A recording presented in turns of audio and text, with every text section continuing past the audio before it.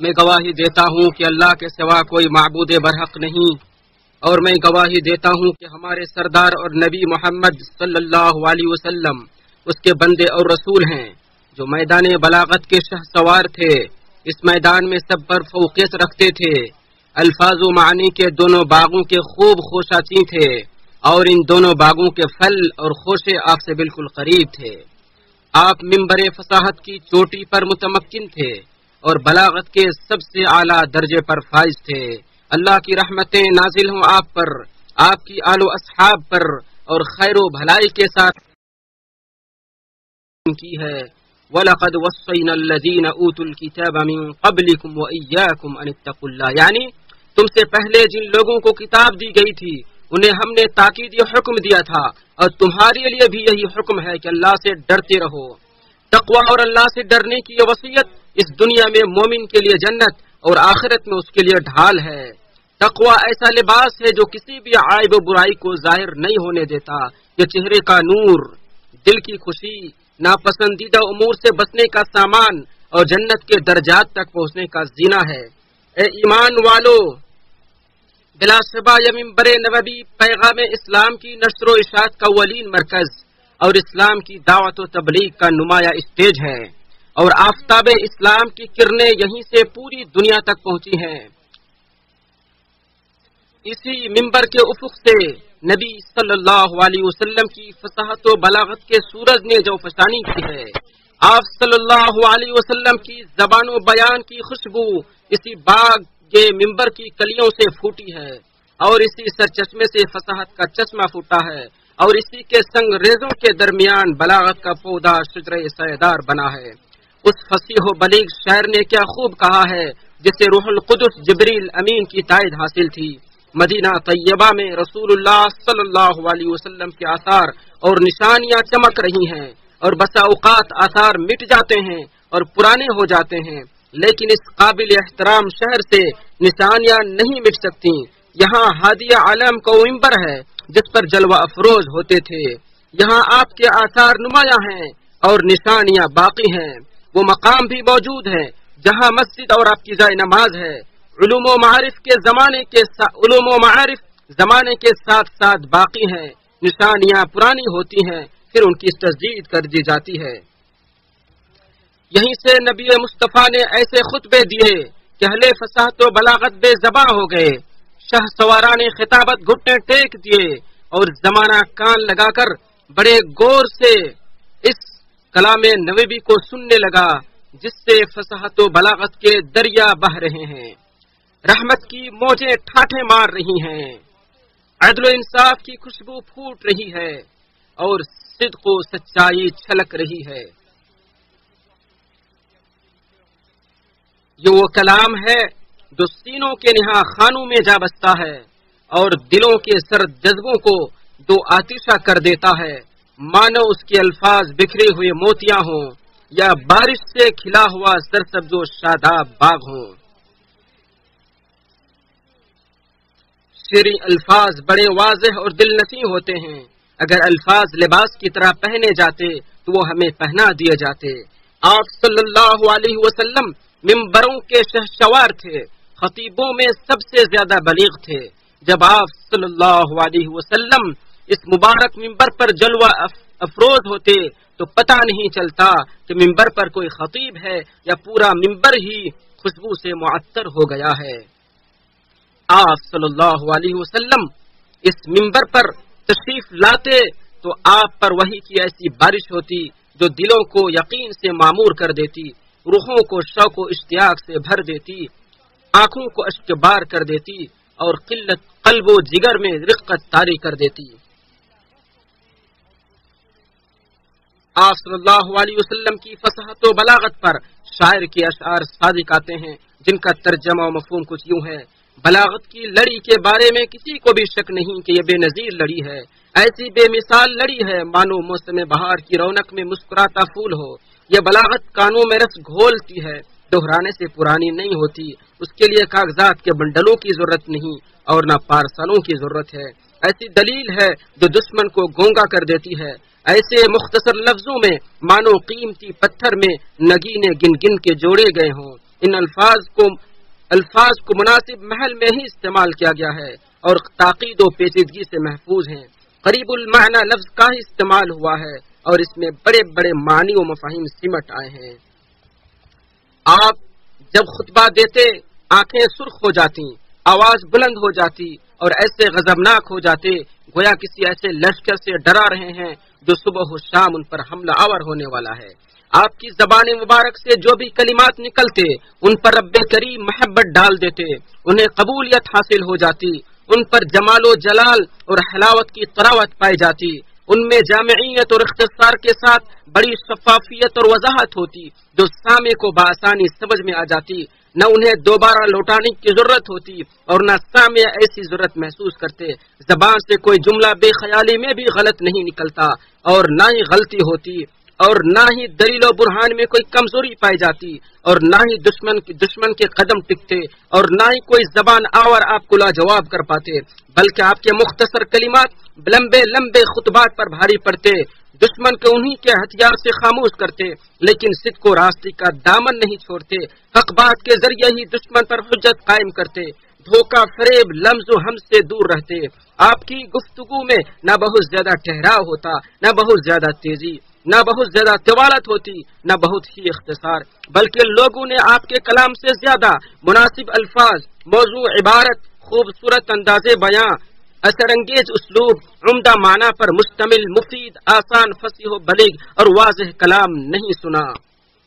اگر آپ کی رسالت کی صداقت پر دوسرے واضح دلائل نہیں ہوتے تو آپ کی برجستگی اور فصاحت و بلاغت ہی کافی ہوتی۔ مومنوں،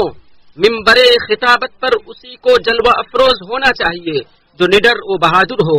زبان و بیان کا ماہر ہو، علم سے لیس ہو، اصابت رائے کا مالک ہو، اپنے کردار و گفتار میں اخلاص کی دولت سے مالا مال ہو۔ چونکہ یہ منبر اللہ اور اس کے رسول کے دین کی نشر و اشاعت، اللہ اور اس کے رسول، حکام اور عوام کی خیر خواہی اور رسول اللہ صلی اللہ علیہ وسلم اور منہج سلف کے مطابق علم نافع اور عمل صالح کی دعوت و تذکیر کا ایک اہم ترین پلیٹ فارم ہے۔ لیکن اسلام کی دعوت و تبلیغ صرف منبر و محراب تک محدود نہیں ہے اور اس کا دائرہ کار یہیں پر نہیں سمٹ جاتا، بلکہ اسلام ایک مسلمان کی زندگی کے تمام شعبوں پر محیط ہے جو اس کے عقائد، اخلاق و عادات اور اس کی دعوتی و عملی زندگی میں جلوہ گر ہوتا ہے۔ سعد بن ہشام بن عامر سے روایت ہے کہ میں عائشہ رضی اللہ عنہا کے پاس آیا اور آپ صلی اللہ علیہ وسلم کے اخلاق کے بارے سوال کیا تو آپ نے فرمایا آپ کا اخلاق قرآن تھا۔ ایک سچے پیغام کا حامل انسان جب اپنی میان سے زبان کا ہتھیار نکالتا ہے جیسے تلوار میان سے نکالی جاتی ہے، پھر اس کو زبان و بیان کی روشنائی میں ڈبوتا ہے اور اس میں فصاحت و بلاغت کے ساتھ احساسات و جذبات اور عقیدے اور ایمان کی آمیزش ہوتی ہے، تو پھر اس کی باتیں قلب و جگر کو سورج کی شعاؤں کی طرح روشن کر جاتی ہیں اور دلوں میں ایسی سوز و حرارت پیدا کرتی ہیں جیسے آگ انگیٹھی میں حرارت پیدا کرتی ہے، اور جن باتوں میں مقرر کے جذبات اور احساسات شامل نہیں ہوتے وہ ایک بے جان اور مردہ باتیں ہوتی ہیں۔ یقیناً مقرر کے کلمات اور عبارتیں اس کے جذبات اور احساسات میں ایسے گھل مل جاتے ہیں جیسے پھول اور ان کے رنگ، موسم بہار اور اس کے پھل اور گلاس اور شربت آپس میں گھل مل جاتے ہیں، اور اسی صورت میں صدق و سچائی اور اس کی علامات ظاہر ہوتی ہیں۔ الفاظ کی ملمہ سازی نہ دلوں کے تاروں کو چھیڑ سکتی ہے اور نہ ظاہری عبارتوں کا حسن نفوس میں گرمی پیدا کر سکتا ہے جب تک کہ ان میں صدق و راست بازی کی آگ شعلہ زن نہ ہو۔ چشمے وحی سے سیراب سچی گفتگو دلوں میں ویسا ہی کام کرتی ہے جیسے بارش بنجر زمین پر اور شبنم پھول پر کام کرتی ہے۔ اسی لیے ہمارے نبی صلی اللہ علیہ وسلم کا معجزہ زبان و بیان اور کلام کا تھا جو کہ عربوں کے زبان و بیان اور ان کے کلام کے جنس میں سے تھا۔ ارشاد باری تعالی ہے،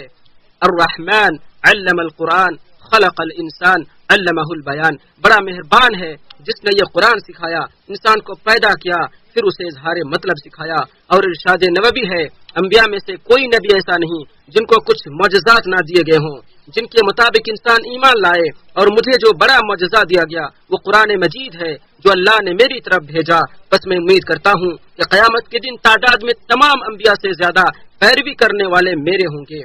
یہ ایک ربانی کلام اور نورانی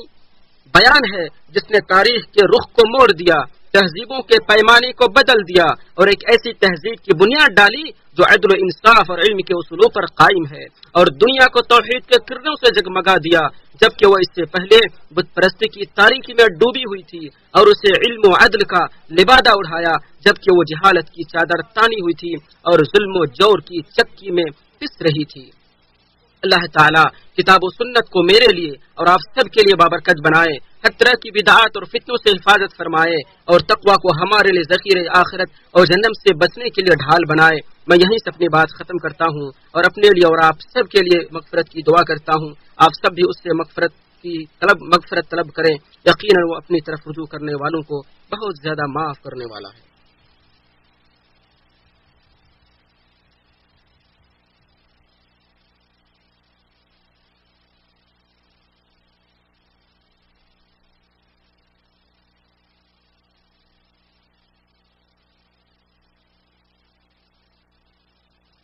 اے اللہ، تیرے ہی لیے ہر طرح کی تعریف ہے کہ تو نے بولنا سکھایا اور واضح گفتگو کرنے کا ہنر سکھایا۔ اسی طرح ہم تیری کامل عطا و بخشش اور ستر پوشی کی نعمت پر تعریف بیان کرتے ہیں، اور بہت زیادہ درود و سلام نازل ہو بنی نوع انسان کے سردار روز محشر کے شافع مصطفیٰ پر، ان کی آل و اصحاب پر، اور ان تمام لوگوں پر جنہوں نے ان کے طریقے کو اپنایا اور ان کی پیروی کی۔ اما بعد، مومن مردوں اور عورتوں کی جماعت، عصر حاضر کے مختلف و متعدد با اثر پلیٹ فارم پر خطاب کرنا اور اپنی بات رکھنا نہایت ہی پرخطر اور حساس امر ہے، خصوصاً اس شخص کے لیے جسے لوگ بصد شوق سنتے ہیں، دلوں کو جس سے سکون ملتا ہے، جسے اللہ نے معافی ضمیر کی ادائیگی کا بہترین ملکہ دیا ہے، اور جسے اللہ نے اپنے بندوں میں قبولیت و پذیرائی عطا کی ہے۔ تو ایسی صورت میں ایک خطیب اور مقرر کے کاندھوں پر ایک عظیم امانت عائد ہوتی ہے، اس کی سخت گرفت ہو سکتی ہے، لہذا اس کے لیے ضروری ہے وہ بالکل ناپ تول کر اور موقع و محل کے مطابق اپنی بات رکھے، کیونکہ بسا اوقات یہ تقریر اس بارش کی مانند ثابت ہوتی ہے جو انتہائی شدید اور موسلادھار ہو، یا پھر اس تیر کی مانند ہوتی ہے جو تیر انداز کے چوک کرنے کے باوجود ہدف پر پہنچ گیا ہو۔ نبی صلی اللہ علیہ وسلم نے فرمایا، جو شخص اللہ پر اور آخرت کے دن پر ایمان رکھتا ہو اسے چاہیے کہ اچھی بات کہے ورنہ پھر خاموش رہے۔ لہذا اے ارباب زبان و بیان، تمام مخلوقات کے سردار نبی صلی اللہ علیہ وسلم کی طرح اپنے آپ کو زیور ادب یعنی صدق و سچائی سے آراستہ و پیراستہ کریں، اور اپنی باتوں میں خیر خواہی اور اشاعت حق کی کوشش کریں۔ اے ایمان والو، کبھی بھی رہو، کہیں بھی رہو، اور کسی کے ساتھ بھی بات کرو، اپنی گفتگو کے حقوق اور مقام و مرتبے کو سمجھو اور اسے پورا پورا حق دو۔ بہترین بات اور شیریں کلامی کی خوشبو عام کرو، اور اس سلسلے میں تمہارے لیے پیارے رسول صلی اللہ علیہ وسلم کا ارشاد کافی ہے، جس میں آپ نے فرمایا، بہترین بات بھی صدقہ ہے۔ اے کامیاب خطباء کرام، گفتگو کرتے ہوئے موقع و محل، سامعین و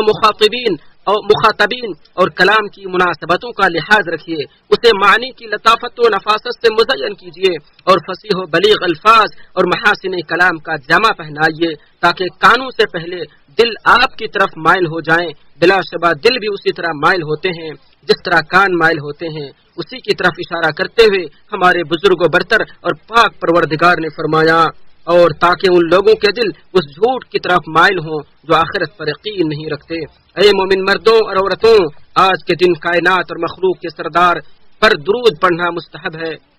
چنانچہ آپ نے فرمایا، یقیناً تمہارے دنوں میں سب سے افضل دن جمعہ ہے، اس میں آدم پیدا ہوئے، اسی دن فوت ہوئے، اور اسی دن سور پھونکا جائے گا، اسی دن بے ہوشی ہوگی، بس اس دن مجھ پر کثرت سے درود پڑھا کرو، یقیناً تمہارا درود مجھ پر پیش کیا جاتا ہے۔ لوگوں نے کہا، اے اللہ کے رسول، وفات کے بعد آپ پر درود کیسے پیش کیا جائے گا جبکہ آپ بوسیدہ ہو چکے ہوں گے؟ آپ نے فرمایا، اللہ تعالیٰ نے زمین پر حرام کر دیا ہے کہ وہ انبیاء علیہم السلام کے جسموں کو کھائے۔ اے اللہ،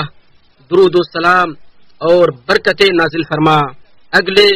اور پچھلے تمام لوگوں کے سردار امام الانبیاء خاتم النبیین رحمت للعالمین پر، اس کے بقدر جو تیری کتاب نے شمار کر رکھا ہے، تیرے قلم نے تحریر کیا ہے، اور تیرے علم نے جسے اپنی وسعت میں لے رکھا ہے، ہمیشہ ہمیش قیامت تک مسلسل نازل فرماتا رہا۔ اے اللہ قائدان ہدایت یافتہ خلفائے راشدین ابو بکر، عمر، عثمان، علی اور اپنے نبی کے تمام صحابہ کرام سے راضی ہو جا، اسی طرح تابعین کرام اور قیامت تک آنے والے ان کے پیروکاروں سے بھی راضی ہو جا، اور ان کے ساتھ ساتھ اپنی عفو درگزر اور رضامندی کی بارش کرتے ہوئے ہم سے بھی راضی ہو جا۔ اے سب سے زیادہ عزت والے، اے اللہ اسلام اور مسلمانوں کو عزتیں عطا فرما، کفر اور الکفر کو ذلیل و رسوا فرما، اور اس بابرکت ملک کو اور تمام مسلم ممالک کو بھی مضبوط، محفوظ اور امن والا بنا۔ اے جہانوں کے پالنہار، اے اللہ ہمارے پیشوا خادم حرمین شریفین اور ان کے ولی عہد کو اسلام اور مسلمانوں کے عزت والے اور ایسے کاموں کی توفیق عطا فرما جن میں بندوں اور ملک کے لیے دین و دنیا کی بھلائی ہو۔ اے سب سے زیادہ عزت والے، اے اللہ ہر خیر کے معاملے میں ان کی مدد فرما اور انہیں اس کی توفیق عطا فرما اور انہیں اسلام و مسلمانوں کا روشن مینار بنا دے۔ اے اللہ امیر مدینہ کو اپنے پسندیدہ کاموں کی توفیق عطا فرما اور انہیں مدینے کی طرف سے بہترین بدلہ عطا فرما اور ان کا خاتمہ بالخیر فرما۔ اے اللہ اس ملک کی حفاظت فرما جو حرمین شریفین کا حصار ہے، مسلمانوں کے دلوں کا مرکز ہے اور ہر شر سے ایمان کا، ہر شر سے بچنے کا مأمن ہے۔ اے اللہ یہاں کے علماء اور عقیدے کی حفاظت فرما، یہاں کے مقدسات اور حرمتوں کو محفوظ فرما، چوکیدار، فوج اور سرحدوں کی حفاظت فرما، اسی طرح یہاں کے بوڑھے، جوان، مرد، خواتین، پولیس محافظوں کی حفاظت فرما۔ اللہ کے بندو، اللہ کا شکر ادا کر کے اس کے فضل و کرم کو طلب کرو، اس کے حکم کی تعمیل کرتے اس کی نعمتوں کی حفاظت کرو، چبٹ کر اور جم کر اس سے خوب دعا کرو اور اس کا ذکر کرو۔ ہمارا پروردگار عزت والا ہے اور ان تمام باتوں سے پاک ہے جو وہ بیان کرتے ہیں۔